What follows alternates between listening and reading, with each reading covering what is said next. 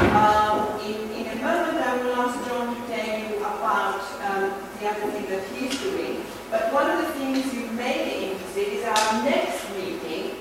It's going to be in May, the 5th and 6th of May in Turin, and it's going to be quite different. It's going to be on art, complexity, and technology, and the interaction between the three.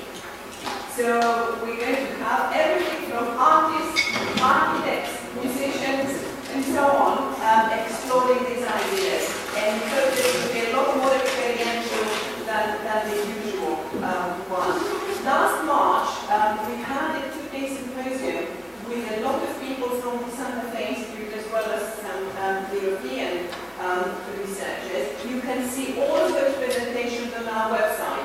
If you go to the LSE Complexity website and look at the March Symposium of 2004, look at the program and you can click on any presentation and you see the video.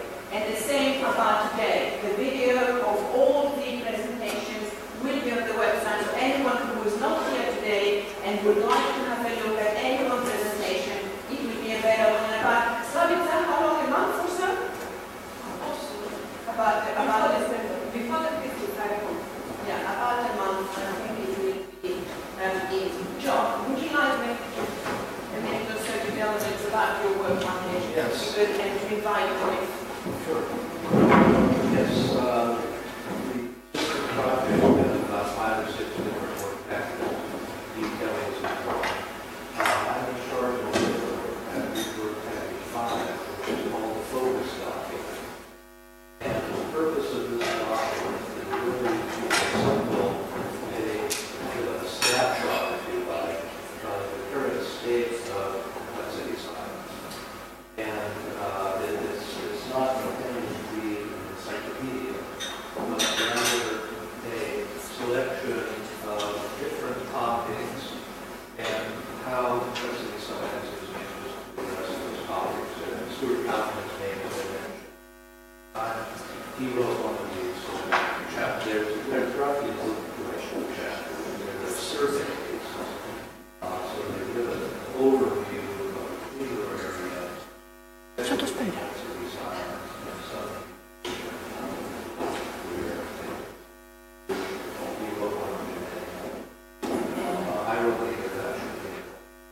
There's probably about 15 or 20. Okay, it's back to life now. Okay. There are about 15 or 20 that are currently posted on the Existence website. Does everyone have that URL?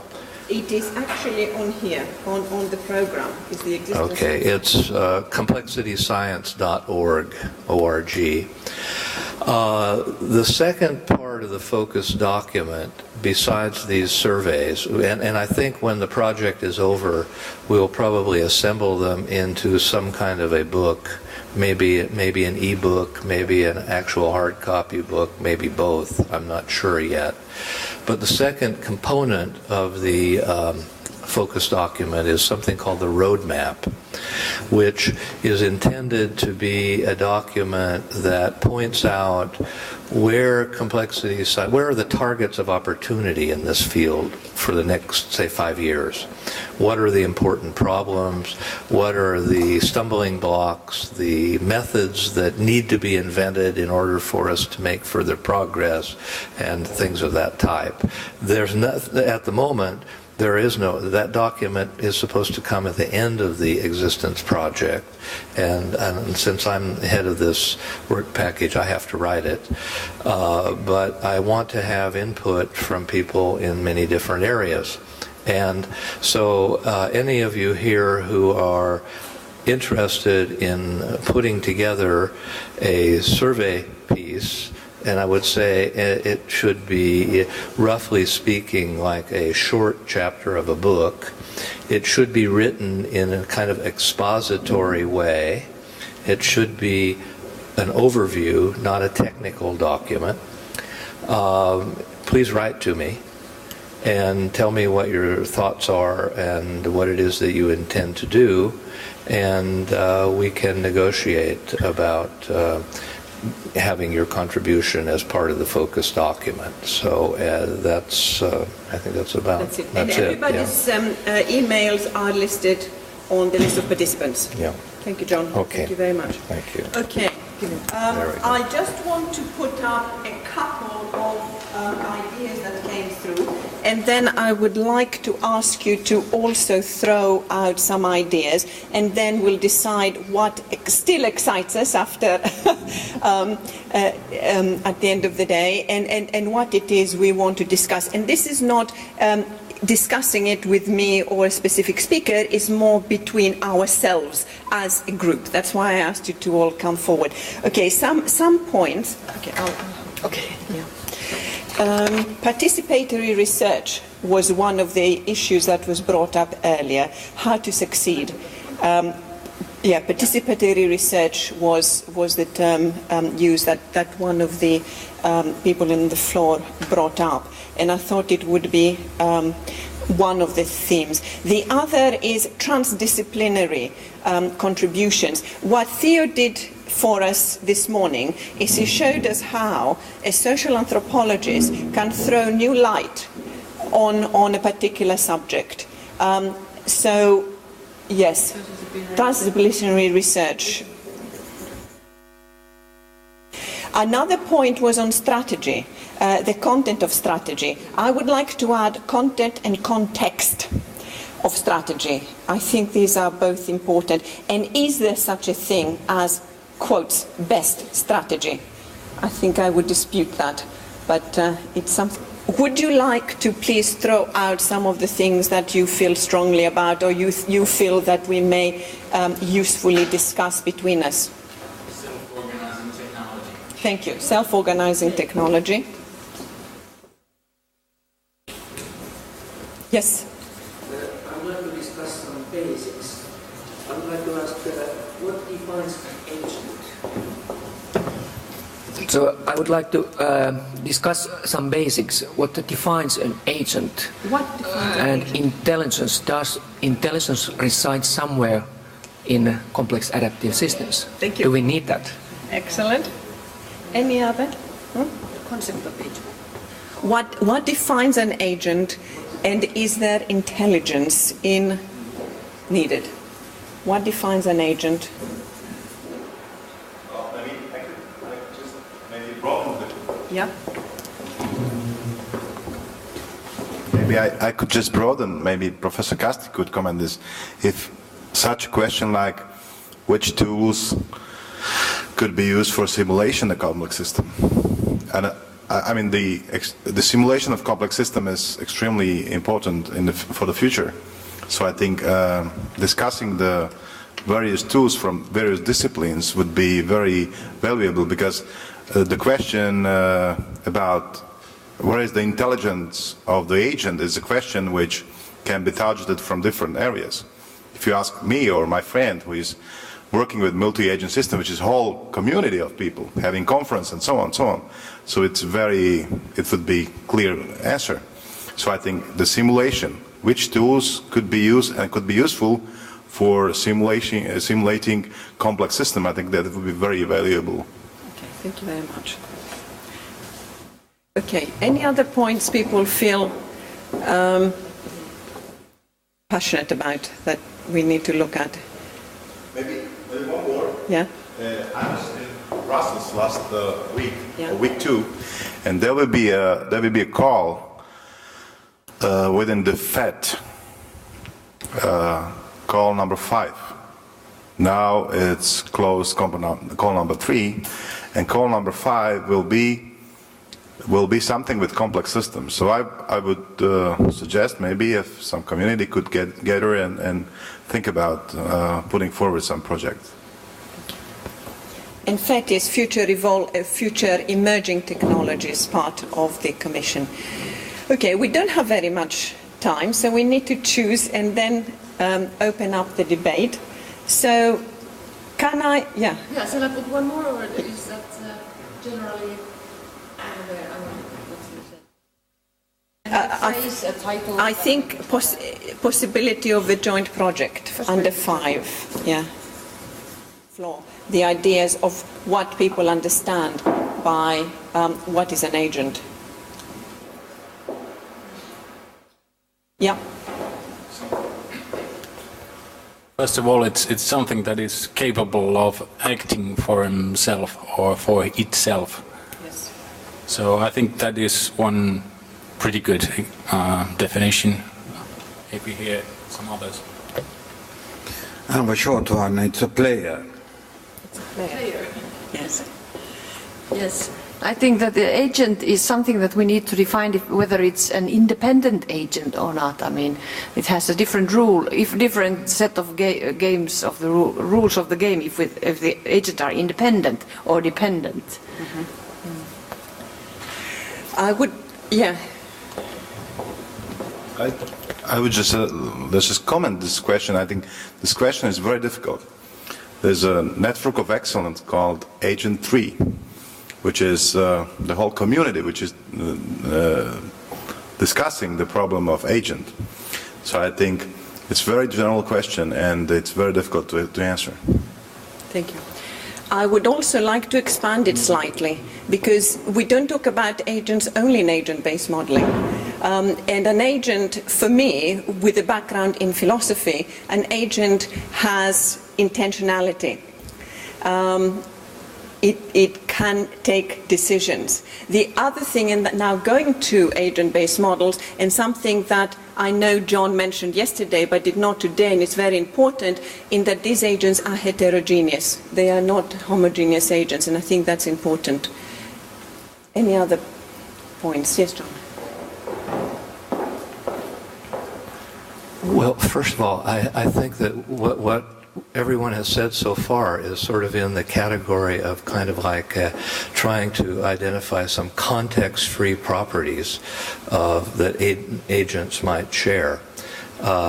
Personally, I think that it is a difficult problem, and it's made even more difficult when you subtract away the context and try and have some kind of general definition of what constitutes an agent. I think as soon as you add context, then it's usually very clear what the agents are. In the context, and if you're engaging in some modeling exercise, and you say, "I want to model football game," and these are the questions that I want to have this model address, it's very clear what the agents are. I mean, I gave a talk a couple of years ago on this kind of simulation, and I gave it at the CIA headquarters in Langley, Virginia, and I used this term agent-based. Now, in that context, they had a completely different understanding of what an agent was for them, and it wasn't what I had in mind at all. So, yes, the context matters. But as soon as you specify the context, then it becomes a lot easier what the agents are. They're the objects that make it they're the objects that are in interaction with each other, that produce the properties that you want to know about in any given setting. So I'm actually, in some ways, rather out of sympathy with the idea of trying to define agents outside of the context in which you're focusing on. You know. Can I revise my question?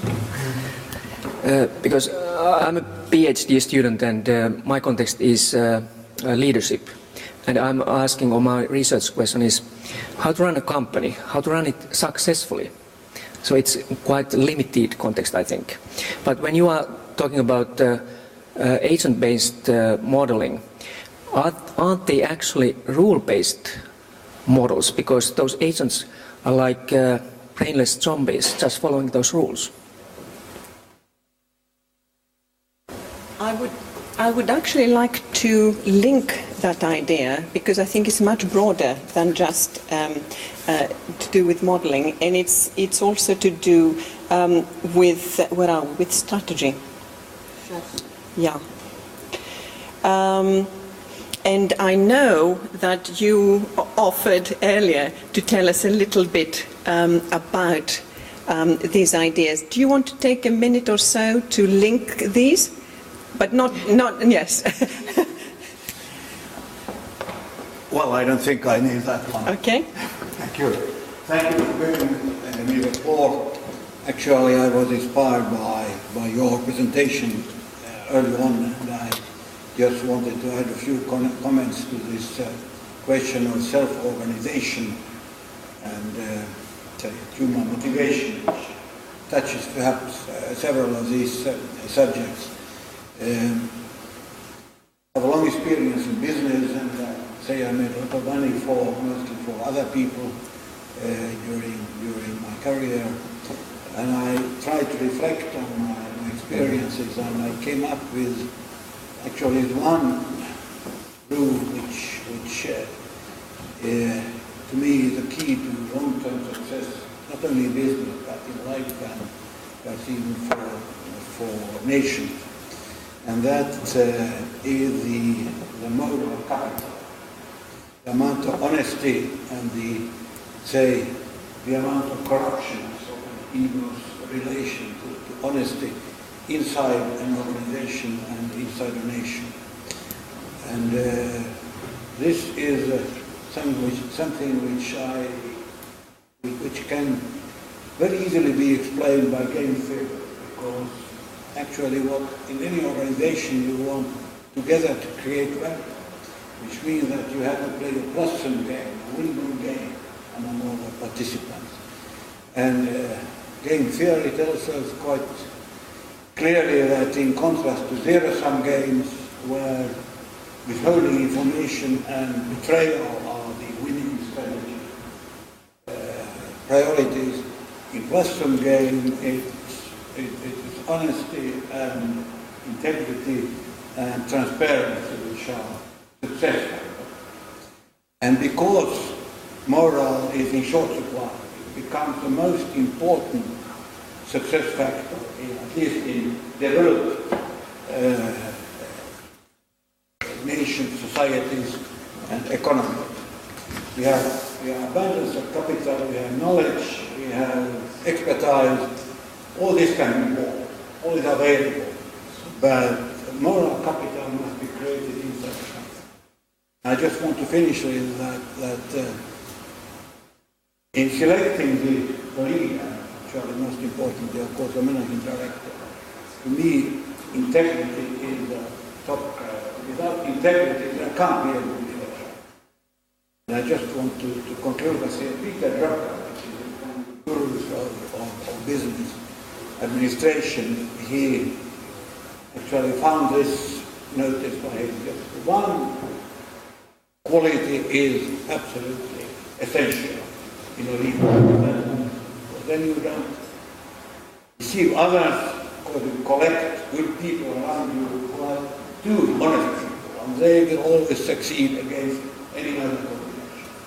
And most important, you don't deceive yourself. You admit your errors, you learn by your errors. Otherwise, you will become sterile. Thank you very much. Thank you. Yes, I agree. Transparency, honesty, and trust are at the center. Would you like to start the list by putting your name and email for the joint projects? The other main one is self-organizing technology, which received most votes. Yeah. Can you give us a start, because I think you introduced it. We need to understand a little bit more of what it means. Okay. I can briefly go on the floor. Okay, maybe I missed it. Yeah. If we go to the present paradigm of the complex systems, okay, now it works. Or present technology, it's more or less pre-coded, rigidly pre-coded technology where you have to define everything beforehand. When you build the system, you define everything, and you have to consider all the possible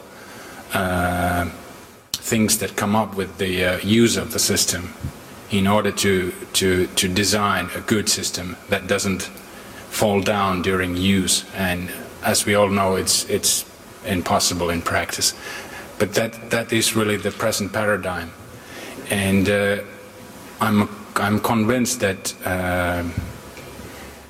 in the coming years we are shifting to another paradigm where we could use this kind of self-organizing technology, which means that we are no longer tied to this pre-coded knowledge that we put into the system before taking it into use. But instead, the systems will be truly adaptive so that they can learn during the use and benefit from using that learned knowledge, so that actually they self-organize instead of using the pre-existing knowledge that the engineers put in. Because if I take an example, like I would like to take a cellular network, which is my best expertise area. So cellular radio networks, they are full of parameters, let's say hundreds of parameters that the radio network engineer have to tune up during the use of the system. So that is a very tedious and skill requiring task when you tune up all the parameters so that you can make the system work the best possible way. And after every major change you do in the network, you have to do it again. So it takes a lot of effort.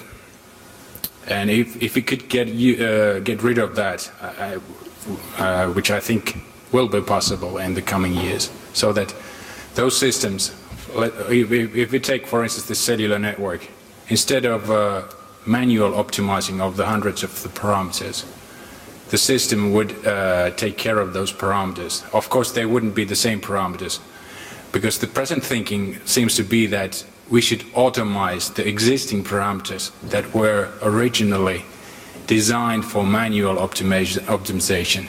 That is not the way to do it. We have to totally change the approach.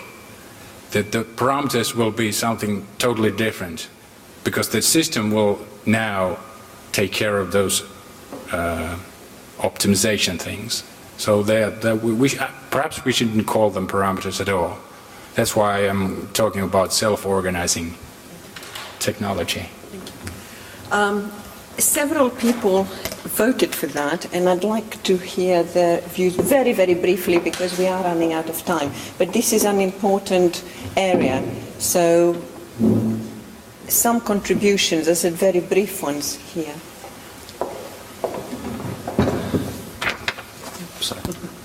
From my aspect, it's learning technology, what you're talking about. And I'm not sure if you have seen the movie called Artificial Intelligence. That's exactly what you're talking about. That's a creation of the system, which is learning, gathering information, using this information, and is being effective. It's learning how to be effective. But it's very difficult. So I mean, I fully agree with the future could be that. But I mean, it's not so easy. I mean, that's why I think the simulation are very important. Let me just, it's connected with this, that this agent approach and when to use agent and when not to use agent is generating the question. If you have a task where you can decompose your task into a number of subtasks, which can be more easily fulfilled by some small entities, which you can you can call them agent, then you can do it. No question if they can interact, if they should interact, if they should not interact. I think this is the way how learnable technology will proceed. Actually, you're talking like you speak not about another thing. We are actually talking about the same thing. I'm not talking about humans or artificial humans. I'm talking about this kind of scattered. So what's the difference between artificial human and learnable technology? What's the difference? Well, that's one part of it. Artificial human is one learning system, but I'm not talking about that only. I'm talking about decentralized learning systems. Distributed learning systems? Exactly, which can be agent-based. So we are talking about the same thing, actually, not different. But gathering information can be done this way. like Sony is doing this eyeball stuff. The next generation of eyeball seems to be in a way that they will launch the eyeball to several families, thousands, hundreds of thousands of families. They will interact with the environment through some kind of reinforcement learning, if you will, and then each eyeball will adapt and will gather information. Sure. Now, if each eyeball dog will have some knowledge sent back to the mother, to the Sony headquarters somewhere in the... Okay, this is a centralized system now. Wait a minute. Well, put together, fuse together the knowledge and send them back. You radically increment the learning, the knowledge about the world, if you want. I think that's the prospect. And also, if you have seen the AI was doing something like that they had some possibility to upgrade, if you wanted that artificial being. But in some aspect, it's something to do with the distributed learning. Yeah, that's one aspect, yes. And I think there's an important step between what the two of you are talking about, which is how do we learn in a distributed way? Because, you know, if we talk about distributed, is the distributed intelligence, distributed knowledge, distributed leadership, and I feel that is the future. Well, I think we've come to the end. Thank you very, very much, everyone. I think without you today would not have been so successful. So, although formally I would like to thank all our speakers, also the Finland Futures Research Centre, the Finnish Society for Future Studies, specifically as individuals, I think Auli and Mika, who have been instrumental in helping to organize today.